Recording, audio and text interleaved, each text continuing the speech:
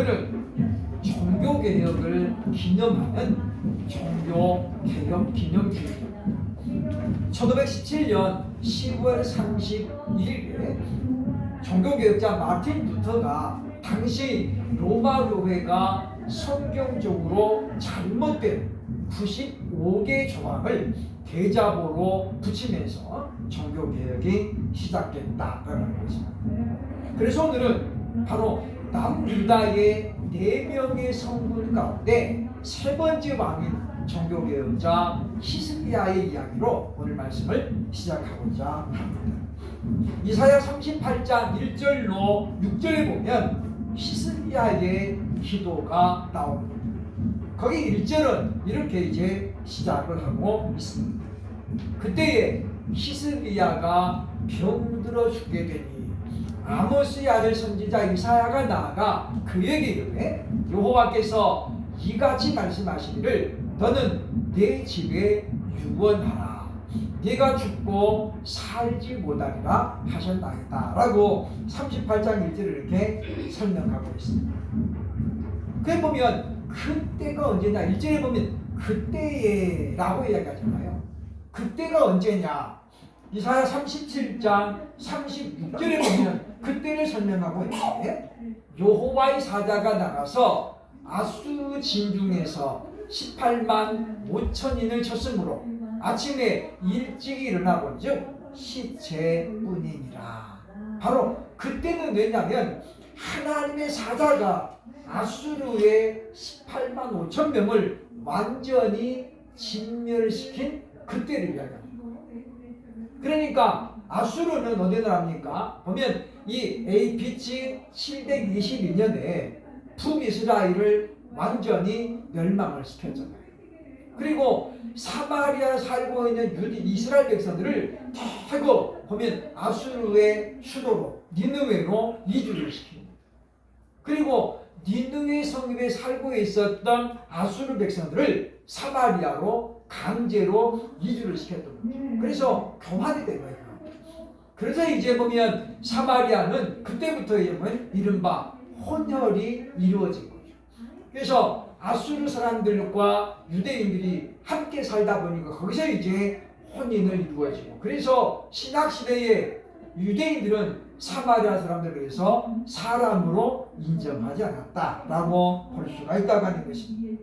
그러니까 이 히스기야 왕이 하나님 앞에 온전히 기도했거든요.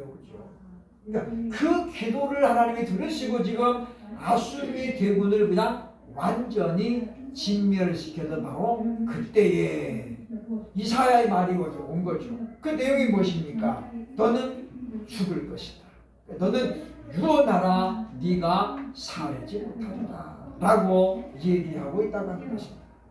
참 어떻게 보면 이제 성전의 기쁨이 있는데 그 기쁨을 함께 지금 누리지도 않았는데 불구하고 뭐요? 왕이 인종 소식이 먼저 들려왔으니 얼마나 나라가 볼 때에 참으로 힘들겠습니다. 이사야의 말을 들은 히스기야는 오늘 본문에 보면 이사야 38장 2절로 3절에 이렇게 기도합니다. 히스기야가 얼굴을 벽으로 향하고 여호와께 기도하여 이르되 여호와여 구하오니 내가 주 앞에서 진실과 전심으로 행하며 주의 목전에서 선하게 행한 것을 기억하옵소서 하고 히스기야가 심히 통곡하니라고 말합니다. 여기 보면 심히 통곡했다. 이게 지금 히스기야의 부르짖는 기도입니다. 물론 그 내용은 뭐겠습니까? 하나님 살려주옵소서라고 하는 거죠. 아직은 지금 후사를 이을 자식이 없는 상황입니다. 하나님께서 분명히 다윗에게 약속할 때에 네 씨가 영원히 끊이지 아니하리라고 말씀하셨는데 지금 히스기야 때 와가지고 왕자리가 끊어지게 생겼잖아요. 그래서 지금 히스기야는 심히 통곡하면서 부르짖었던 것을 보여주고 있다고 하는 것입니다. 통곡하는 기도는 다시 말하면 부르짖는 기도입니다. 기도 응답의 가장 확실한 비결, 그것은 바로 부르짖는 것입니다.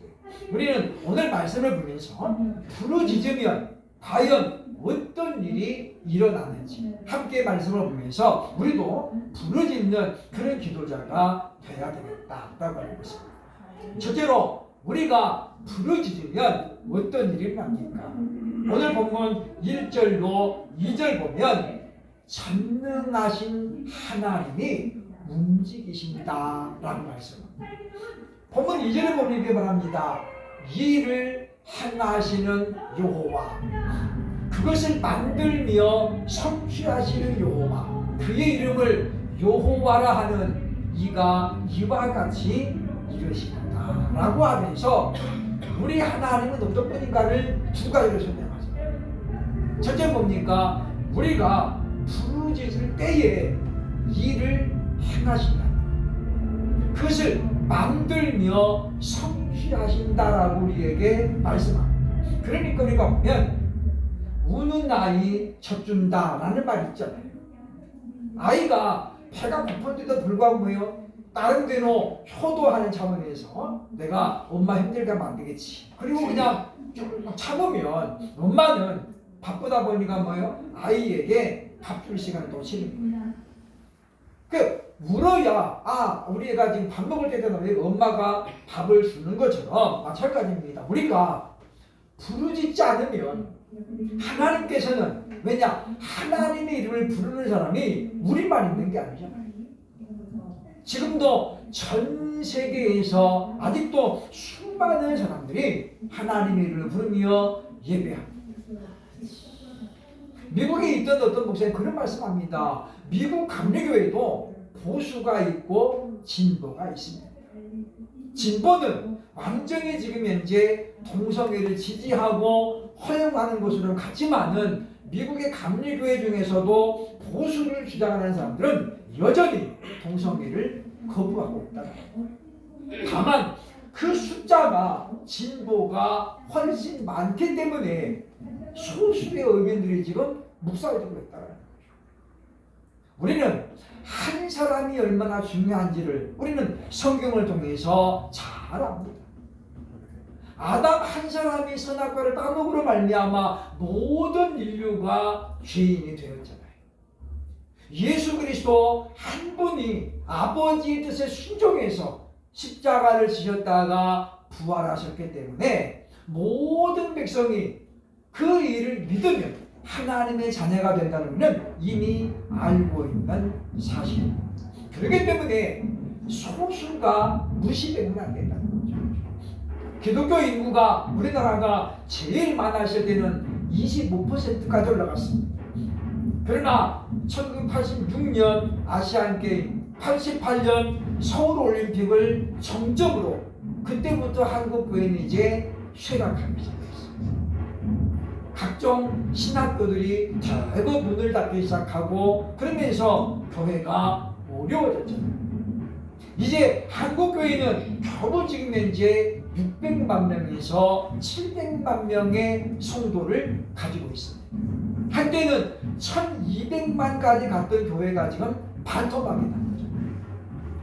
그러면 우리나라 인구가 지금 5천만 명이니까 지금 이런 뭡니까 보면 우리 이제 5천만 명 가운데서 보면 기독교 인구가 겨우 12%에 불과해요.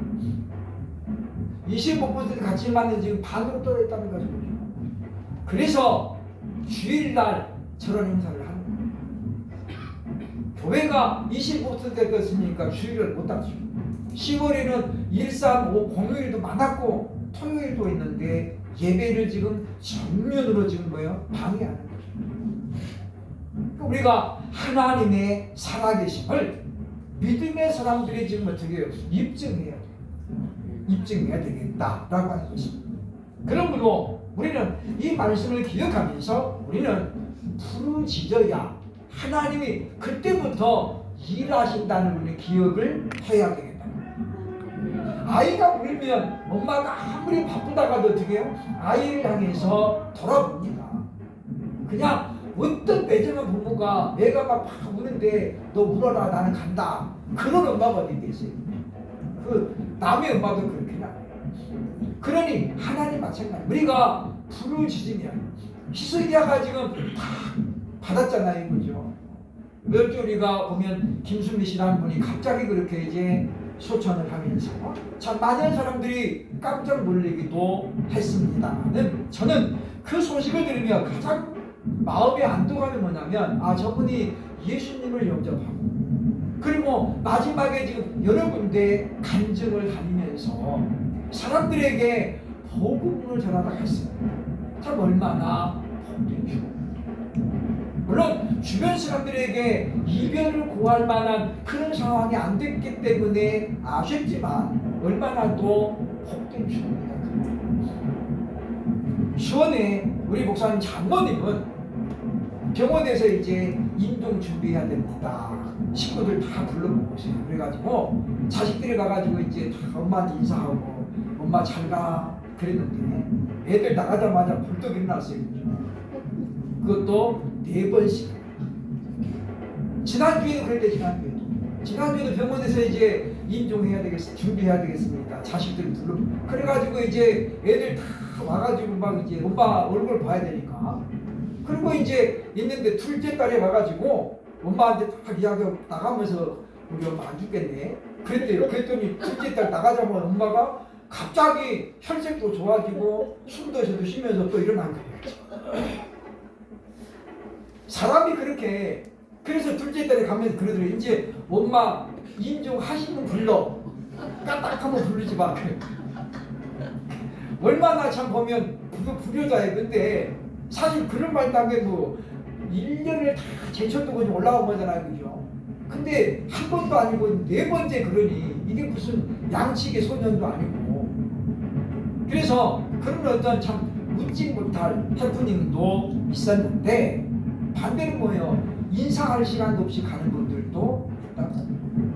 그러나 우리는 생각해야 됩니다. 오늘 본문의 히스기야와 바로 그 같은 역사적인 사명 때문에 그가 지금 장수할 욕심으로 지금 기도한 게 아니었어요. 후세가 없잖아요. 아들이 없잖아요. 하나님 이 나라를 누구에게 맡깁니까? 그래서 히스기야는 부르짖었던 우리는 기억을 해야 되겠다라고 하는 것입니다. 제3년 3배 중에 전주에서 교회를 하는 분이 계시는데 참 이분이 젊었을 때는 아버지가 장로님인데 어떻게 하면 아버지의 속을 새기니까 그래서 아버지와는 저 반대로 살았어요. 그래도 장로님 아들이니까 그래서 잘 믿는 자매가 시집을 왔는데 신혼여행 갔다 와가지고 첫날 남편이 신혼 남편이잖아요. 갑자기 일어나더니 장롱문을 탁 열더라고요. 그리고 거기다 대고 그냥 바지를 내리고 거기다 오줌을 쌌어요. 바로 그분이에요. 근데 이분이 이제 그래가지고 하나님 앞에 깨져가지고 이제 목사가 됐습니다. 전주에다가 땅을 사가지고 예배당을 조립식이지만 잘 지었습니다. 저도 갔다 왔는데 저번은 아니지만은 그래서 예배당은 작지만 조립식으로 다 져가지고 이제 예배도 드리고 그래서 뭐 이제 목회를 하는데 2-3달쯤 지나가지고 사모님이 갑자기 몸이 아프다고 병원 가니까 근데 목사님이 사모님은 아직 감대사님이 물었대요. 하나님 데려가려면 고생 안 하고 데려가시죠. 이제 예배당 다 짓고 이제 좀 살만하니까 데려갑니까? 그러면서 막 하나님께 따졌대요. 이럴 수 있습니까? 그로부터 지금 20년이 지났는데 이제 그분이 사모님도 머리가 하얘져가지고 아직도 살아있습니다. 하나님은 부르짖는지 안 부르짖는지 바라보십니다. 우리가 정말로 아무리 인내심이 좋은 사람도 발등에 불이 떨어지면 어떻게 해야 돼요? 뜨거워. 그래야죠, 그죠? 나는 양반 가문이니까 그냥 참아야지. 그건 바보예요, 바보. 얼마나 무감각하면 발등에 불이 떨어졌는데 그런 거 있겠어요, 그죠? 일단은 양반이고 뭐고 없이 그냥 뜨거워 해야죠, 그죠? 그래야 하나님이 쳐다보시는 거예요. 뭐가 문제가 있고 그래서 우리는 오늘 말씀을 보면서 우리가 부르짖을 때에 소경 거지 바디모가 나 다윗은 예수여 나를 불쌍히 여기소서라고 부르짖을 때에 가던 길을 멈추고 예수님이 돌아보시잖아요. 저와 여러분이 하나님을 향하여 부르짖을 때에 하나님은 그때부터 일하신다는 것을 분명히 기억하고 이와 같이 통곡함으로 부르짖는 저와 여러분 될 수 있기를 주의 이름으로 축원합니다. 둘째로 부르짖는다는 것은 무엇입니까? 응답을 약속하신다. 본문 3절을 보면 너는 내게 부르짖으라 내가 네게 응답하겠고 라고 말씀합니다. 여기 보면 순서가 정확해요. 먼저 어떻게 해야 돼요? 부르짖어야 그 다음에 뭐예요? 응답이 약속돼요. 그러니까 안 부르짖으면 응답은 어떻게 해요? 더딜 수밖에 없다고. 물론 하나님께서는 우리가 안 부르짖어도 불꽃 같은 눈동자로 우리를 살펴보시죠. 그래서 지금 저 녀석이 뭐가 꼭 필요한데 안 부르짖는구나 라고 해서 마지막 순간에 하나님은 우리에게 주시는 거예요. 그러니 기회를 다 날리고 그렇게 되잖아요. 어제 제가 우리 목사님들을 세 분을 만나서 함께 이야기를 했습니다. 목회를 하다가 이제 정리를 하고 지금은 다른 일을 하는 목사님이 어제 그러더라고요. 나는 이제 65세까지만 하고 그때 다시 이제 기도 전화 얻어가지고 목회하려고 합니다. 그 옆에 있는 목사님이 이제 다 늙어 빠지니까 하나님께 맡기겠다는 거죠. 그러면 65세까지 팔팔하니까 자기 일하고 돈 벌고 65세 되면 별로 써주는 때가 별로 없잖아요. 그러니까 이제 방 하나 얻어가지고 기도실을 해가지고 예배 드리겠다. 그래 옆에 있는 목사님이 자기도 지금 교회를 안 하면서 하는 소리가 뭐예요? 다 늙어가지고 이제 오갈 데 없으니까 하나님께 맡기겠다는 거잖아. 그래서 우리 세 사람이 그냥 폭소했습니다. 그냥 한바탕 웃었어요.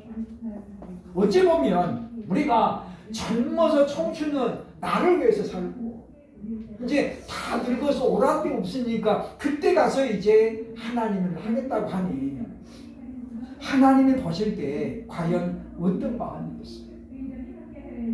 그래서 웃으면서도 참 한편으로는 마음이 아팠어요.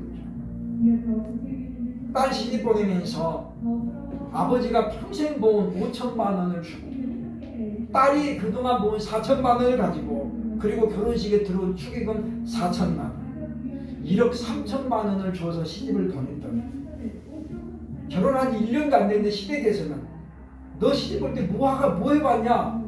그런 소리가 지금 들린다. 목사님이 목회를 중단하고 어떻게 하면 우리 자식들 좀 남들에게 기주지 않고 키울까? 그래서 목회 안 하고 열심히 돈 버는. 근데 저는 그 말 들으면서 그래서 따님은 명문대 갔어요. 서울대 연도고대 갔나요? 그랬더니 한 번 안 한다. 못 갔다는 거잖아요. 나중에 서울에 있는 모 대학에 들어갔단 말을 들으면서 거기는 그렇게 명문대가 아닌데 옛날에 뱁새가 황새 따라가려다가 뭐가 찢어진다고 했어요. 1억 3천만 원이면 저 같은 사람에게는 엄청 큰 돈이지만 사실 그거 가지고는 전세도 못 얻던 거예요. 돈도 아니에요 사실. 근데 그분은 그거를 벌기 위해서 뭐요? 목회를 그만두고 물론 돈 벌려고는 아니었지만 그렇게 해서 했는데 자기 딸은 뭐예요? 바리바리 싸보냈는데 결과는 뭡니까? 상대방에서는 야 이게 돈이냐? 이런 말을 듣는 부모의 입장은 어떻겠어요? 그래서 참 저는 그런 말을 들으면서 저도 아들만 둘입니다만은 우리 애들을 어떻게 해야 되나? 1억은커녕 반에 반도 못 주는데 그런 생각이 들었어. 참 우리가 하나님께 매달리는 방법밖에 없어요. 그렇죠? 근데 제가 느끼는 건 뭐냐면 내가 아무리 애를 쓰고 힘써서 애를 써도요 하나님이 안 도와주시면 안 돼요. 그래서 우리는 기도해야 됩니다. 시편 102편 1절에 이런 말이 나옵니다. 여호와여 내 기도를 들으시고 나의 부르짖음을 주께 상달하게 하소서. 이 시편 102편은 다윗이 쓴 시가 아닙니다. 솔로몬이 쓴 시가 아닙니다. 바벨론의 포로로 끌려갔던 사람들이 하나님 앞에 부르짖음을 쓴 시입니다. 그러면 이들은 누구를 기억했겠어요? 다윗을 기억하고 솔로몬을 기억하고 히스기야 왕을 기억했다는 거예요. 우리 역대 왕들은 이렇게 부르짖어서 하나님 앞에 응답했는데 하나님 우리 기도를 좀 들으시옵소서. 포로가 돼가지고 지금 바벨론에 끌려간 그들에게 무슨 소망이 있겠습니까? 예레미야가 70년만 기다리면 너희는 예루살렘으로 돌아간다라고 말했지만은 그 예레미야 말을 믿고 기다리는 사람은 아무도 없었습니다. 예레미야 5장 1절에 분명히 말하잖아요. 하나님께서 하나님의 자비와 인자를 구하는 자가 한 사람이라 있는지 돌아본즉 하나도 없습니다. 소돔과 고모라 성에는 의인 10명 없어서 망했지만은 예레미야는 뭐예요? 의로운 자 한 명이 없어서 망했다는 거예요. 여러분 이건 정말 충격적입니다. 하나님의 자비와 인애를 구하는 자가 예루살렘에 한 명도 없었대요. 그게 누구 시점이에요? 지금 하나님의 시점이에요. 우리가 볼 때는 왜 의인이 없었을까요? 그런데 하나님은 단조건 말합니다. 하나도 없습니다. 그래서 우리가 하는 것처럼 사도 바울도 구약의 말씀을 인용하면서 의인은 없나니 하나도 없으며 라고 결론을 내리고 있잖아요. 그러므로 사랑하는 여러분이요, 우리가 히스기야의 기도를 들으신 그 하나님을 우리가 기억하면서 부르짖어야 됩니다.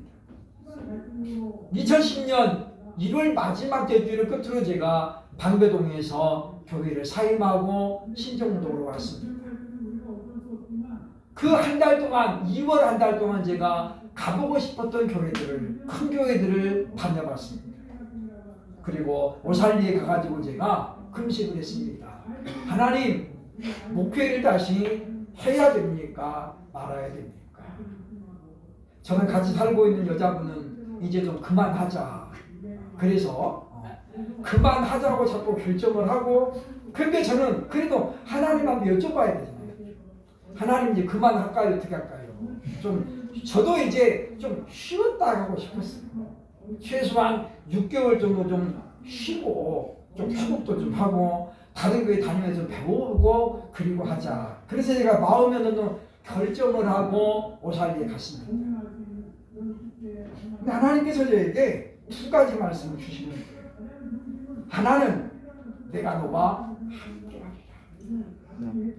내가 너와 함께하리라는 거예요. 그리고 두 번째는 뭐냐면 내가 너를 참되하게 하리라. 그러니 뭐 더 이상 제가 거기 있을 이유가 없잖아요. 그래서 제가 목요일까지 있어야 되는데 수요일날 제가 내려왔어요. 하나님이 함께하고 참되하게 하신다는데 근데 거기서 그냥 계속 있을 수가 없잖아요. 그 후로도 지금 14년의 세월이 흘렀습니다. 하나님이 주신 첫 번째 말씀, 내가 너와 함께하마. 이 말씀은 여전히 지금도 이루어지고 있는 것을 저는 믿습니다. 두 번째, 내가 너를 참되하게 하리라는 말씀은 아직까지는 이루어지지 않았지만 이것이 지금 참되하다고 말해도 저는 사실은 뭐요? 아멘 할 수밖에 없습니다. 왜냐? 5달란트 받은 종이 있고 2달란트 받은 종이 있고 1달란트 받은 종이 있어요. 1달란트 받은 종이 하나님 주인이여 왜 내게는 이것뿐입니까? 라고 따질들 왕이 너에게 내가 실수했다 야 너 5개 줘라 이러지 않으십니까? 그렇기 때문에 저는 하나님이 내게 주신 그 약속의 말씀을 붙잡기 때문에 여전히 이 자리를 지키는 것입니다. 어제 만난 우리 목사님들은 참 그런 속도 모르고 얘기합니다. 유 목사님은 성공했어. 30년 동안 어쨌든 간에 교회를 하고 있잖아.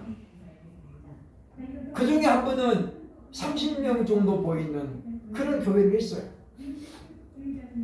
그분이 제일 먼저 목회를 접했어요. 물론 지금은 여주 이천에 뭐 33평짜리니까 거기 뭐 큰 아파트도 사고, 그러니까 딸내미 그렇게 바리바리 해가지고 시집도 보내고. 그래서 남들이 볼 때는 참 잘됐다. 사모님이 큰 유치원, 24시간 운영하는 유치원을 하고 있어요. 남들이 볼 때는 잘됐어요. 근데 그분은 계속 그런 갈등이 있는 거예요. 하나님 앞에 너 뭐하러 왔냐? 그러면 어제도 그러는 거예요.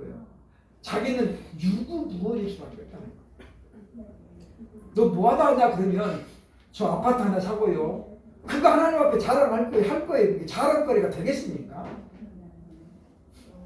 그래서 제가 그랬습니다. 목사님 아직 우리 인생 80, 요새 100세 시대인데 앞으로도 35년 남았다고 제가 그랬습니다. 어쨌든 다시 그분이 목회를 좀 꾸리려고 생각하고 있습니다만은 그래서 함께 기도해야 되겠다라는 것입니다. 그러므로 우리는 하나님이 여러분에게 주신 말씀이 있거든. 그 말씀을 막 붙잡아야 됩니다. 그리고 우리가 시대에 상관없이 우리 그 약속의 말씀이 이루어질 때까지 부르짖는 저와 여러분 될 수 있기를 주의 이름으로 축원합니다. 마지막 세 번째 우리가 부르짖는다는 것은 어떤 것입니까? 본문 3절에 보면 은밀한 일도 알리게 되는 것이다 라고 우리에게 말씀합니다. 3절 하반절에 이렇게 말합니다. 네가 내게 부르짖을 때에 네가 알지 못하는 크고 은밀한 일을 네게 보이리라. 이게 무슨 이야기냐면 네가 내게 부르짖으면 네가 안 구한 것까지도 하나님 뭐야? 주시겠다는 거예요. 1000번째를 드린 후에 하나님이 솔로몬의 꿈에 나타났잖아요. 너는 내게 구하라. 그때 솔로몬이 뭐라고 그랬습니까? 하나님 저에게 바다와 같은 넓은 마음을 주셨어요. 사람의 말을 듣고 옳고 그름을 판단하는 지혜를 주옵소서. 그거 하나였어요. 근데 하나님 뭐라고 그랬습니까? 내가 너에게 네가 구하지 않은 부도 줄 것이고 명예도 줄 것이고 지혜도 줄 것이고. 솔로몬이 하나를 구했지만은 하나님 뭐예요? 세 개를 주셨잖아요. 이게 바로 뭡니까? 은밀한 것도 약속하시는 하나님이시다라고 하는 것입니다. 그러므로 저와 여러분이 이렇게 히스기야 왕처럼 부르짖으면 하나님은 그것만 보는 게 아니라 그 옆에 것들도 필요한 것들로 채워주실 줄로 믿습니다. 자동차 카센터를 가보면 두 가지 유형의 사람이 나옵니다. 하나는 내가 원하는 것만 딱 그것만 해주는 사람이 있어요. 타이어 이게 좀 문제가 있습니다. 그러면 그것만 딱 봐주는 거예요. 근데 어떤 사장님은 가면은 기본적으로 바퀴 4개 다 공기압을 봐줍니다. 그리고 부족한 걸 공기를 넣어줘요. 물론 그 사람이 그렇게 하는 데는 뭐예요? 시간도 필요하고요. 그거 공기 바람 넣는 것도 이게 손으로 넣는 게 아니니까 전기세가 들어가죠. 근데 그거 안 받고 서비스를 해주는 거예요. 우리나라 사람들은 서비스 하면 그냥 자다가도 벌떡되잖아요. 그죠? 무지무지 좋아하는데 그러면 우리가 똑같은 그런 입장을 볼 때 어디로 가겠습니까? 서비스 하는 대로 가죠. 그런 사람은 롱런하게 되어 있습니다. 마찬가지입니다. 우리 하나님은 우리가 하나를 구해도 그것만 보는 게 아니에요. 지금 이 아이가 이것 말고도 이것도 필요한데 이걸 먼저 구하는. 그래서 하나님이 솔로몬을 말했습니까? 네가 내 마음에 합하여 것을 구했다. 우리가 우선순위가 있는 것처럼 우리는 이제 하나님 앞에 같이 충심을 가지고 부르짖어야 되겠다고 하는 것입니다. 그러면 하나님은 하나님의 작정과 예정을 실현해 나가고 계십니다. 그래서 우리가 하나님의 뜻이 이루어지기를 우리가 늘 기도해야 되겠다라고 하는 것입니다. 시편 92편 7절에 이런 말씀이 나옵니다. 악인들은 풀같이 자라고 악을 행하는 자들은 다 흥망할지라도 영원히 멸망하리라. 보면 예수 안 믿는 사람들도 잘 되는 것 같아요. 아수르가 하나님을 몰랐잖아요. 그런데 그 아수르가 큰 제국이 되더니 이스라엘을 삼켰어요. 그리고 지금 유다를 노리는 거죠. 하나님은 분명히 이스라엘이 그래도 아수르보다는 의롭다는 걸 알아요. 그래서 하박국 선지자는 기도했습니다. 하나님, 아무리 우리가 불순종할지라도 어찌 우리보다 악한 밤의 눈을 들어서 유다를 치십니까? 하나님, 해도 너무하지 않습니까? 라고 부르짖었습니다. 하나님이 그때 말씀하는 거예요. 그들은 흥망할지라도 반드시 멸망한다. 여러분, 잡초가 얼마나 끈질기고 잘 크는지 아십니까? 저도 뭐 시골에서 살았기 때문에 잡초 벼농사를 보내기 하면 피 뽑는다고요. 피 뽑는다. 이거 수혈이 아니고 그 잡초 비구하는 거예요. 곡식이 벼가 이제 이삭이 딱 생기고 그러면 풀들이 잡초가 다 자라는 거예요. 근데 처음에는 몰라요, 그죠? 조금 시간이 지나면 벼하고 피가 잡초가 딱 구분이 됩니다. 벼는 예를 들어서 50cm 자랐다 그러면 피는 뭐예요? 70cm를 자라. 한눈에 봐도 피가 월등하게 커요. 그것만 뽑으면 돼. 어렸을 때는 뭐 잘 모르니까 그거 뽑으러 갔다 뭐 또 표도 다 뽑아요. 좀 기다려요. 잡초는 따로 영양분을 안 주어도 정상적인 곡식이 먹고 저가들 다 뺏어 먹잖아요. 그래서 잘 자라는 거예요. 그런데 하나님 말씀합니다. 그들이 다 흥망할지라도 영원히 멸망하라고 우리에게 위로해주고 있단 말이에요. 그래서 시편 90편 7절은 바로 믿음의 사람들에게 주시는 하나님의 위로의 말씀. 하나님, 제가 이렇게 열심히 하는데 나름대로 정말 죽으라고 하는 게 하나님 왜 저는 이렇게 안 됩니까? 라고 말할지라도 그래도 뭐야, 하나님 앞에 우리가 기다려요. 왜? 악인들이 흥망하는 것은 그것도 하나님의 섭리라는 거예요. 그러나 그들의 마지막은 뭐야? 멸망이라고 약속하고 있기 때문이라는 것입니다. 힘을 다해서 기도하고 정말 열심히 하는데도 응답이 안 될 우리는 낙심할 수 있어요. 그래서 바울은 이야기하죠. 낙심하지 마. 예수님도 누가복음 18장 1절에서 말했죠. 너희가 기도할 때에 낙심하지 말지. 비록 우리가 원하는 대로 내가 바라는 그때에 응답이 없을지라.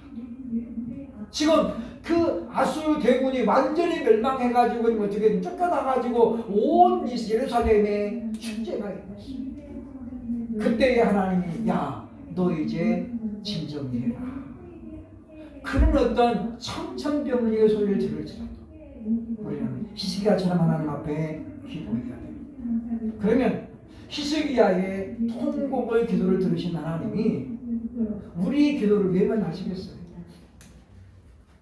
말씀하잖아요. 예수님이 그죠. 아무리 악한 자라도 자식에게는 좋은 것으로 줄 줄 아는 하물며 하늘에 계신 네 아버지가 너에게 주시지 않겠냐. 중요한 것은 우리가 하나님의 마음에 합한 것을 구해야 된다. 다시 말하면 우선순위를 정확하게 구해야 된다는 거죠. 우리는 자꾸만 우리 육신적인 것, 땅에 있는 것, 이것을 우리가 열심히 구하지 않아요. 주님은 말씀합니다. 너희는 먼저 그 나라와 그 의를 구하라. 하나님께서 이 시작의 방을 들으시고 뭐요? 15년을 연장시켰죠. 15년. 그리고 많은 세계 신학자들이 알 수 있는 대로 이정표를 뒤로 15도 물러가게 하셔서, 그래서 우리가 지구본을 보면 지구본이 어떻게 되어 있어요? 15도를 기울어 있어요. 반드시 있는 게 아니잖아요. 지구본 보세요. 다 15도가 기울어 있어요. 그게 뭐예요? 여기 나와 성경에 나와 있어요. 하나님이 이정표를 15도를 뒤로 물러가게 하십니다.